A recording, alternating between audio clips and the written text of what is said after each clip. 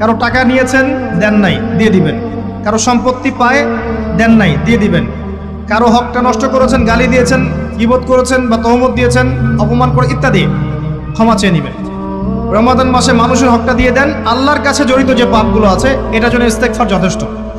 খালি যদি বলেন আস্তাগফিরুল্লাহাল্লাযী লা ইলাহা ইল্লা হুয়াল হাইয়ুল কাইয়্যুম ওয়া আতুবু ইলাইহি, 1 সেকেন্ডের মধ্যে আল্লাহ পাক আপনার সমস্ত পাপকে নেকি দিয়ে পরিবর্তন করে দিবেন সব।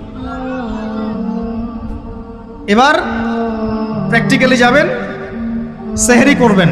সাহরির মধ্যে বারাকা আছে। সাহরি না করে রোজা রাখাটা উচিত না। সাহরির মধ্যে বারাকা আছে। একটা খেজুর হোক, 1 গ্লাস পানি হোক, আপনি সাহরি করবেন, এর মধ্যে বারাকা আছে। এবং সাহরির সময় এমনভাবে খাবেন না যে এটা আপনার জীবনের শেষ খাওয়া। কথা বুঝতে পারছেন? এত বেশি আইটেম করতে যায় না, এত বেশি ভোগবিলাসী হয়ে গেলে রোজার আধ্যাত্মিকত্ব থাকবে না। সেহরিতে অল্প খান।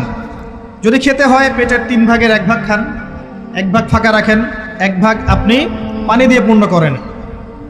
এখনকার কিছু তথাকথিত আশেকা রসুলের মতো হতে যায় না, যাদের ভুঁড়ির জ্বালায় চেয়ারে বসতে পারে না।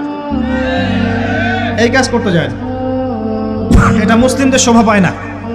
আমরা পরিশ্রমী জাতি, কর্মঠ জাতি, আমাদের এইসব শোভা পায় না। এটাও শেষ জামানা হাদিসে আছে। কি নাই আসলে, শেষ জামানে 1 শ্রেণী মানুষ বের হবে যারা হবে সাকিল, একদম ভুঁড়িওয়ালা, ঠেস দিয়ে বসে থাকবে আরাম করে, এবং বলবে যে কোরআনে যা আছে আমি তাই মানি, হাদিসটা আমি মানি না, ইত্যাদি। আসেন, সাহরির পরে রোজা রেখেছেন, 5 ওয়াক্ত নামাজ জামাতে পড়ার চেষ্টা করেন। খুব সিম্পল জিনিস, খুব বেশি কিছুর দরকার নেই আমাদের। 5 ওয়াক্ত নামাজ আপনি জামাতে পড়ার চেষ্টা করেন। বাসার থেকে ওযু করে বের হবেন, প্রত্যেক পদক্ষেপ হাঁটবেন,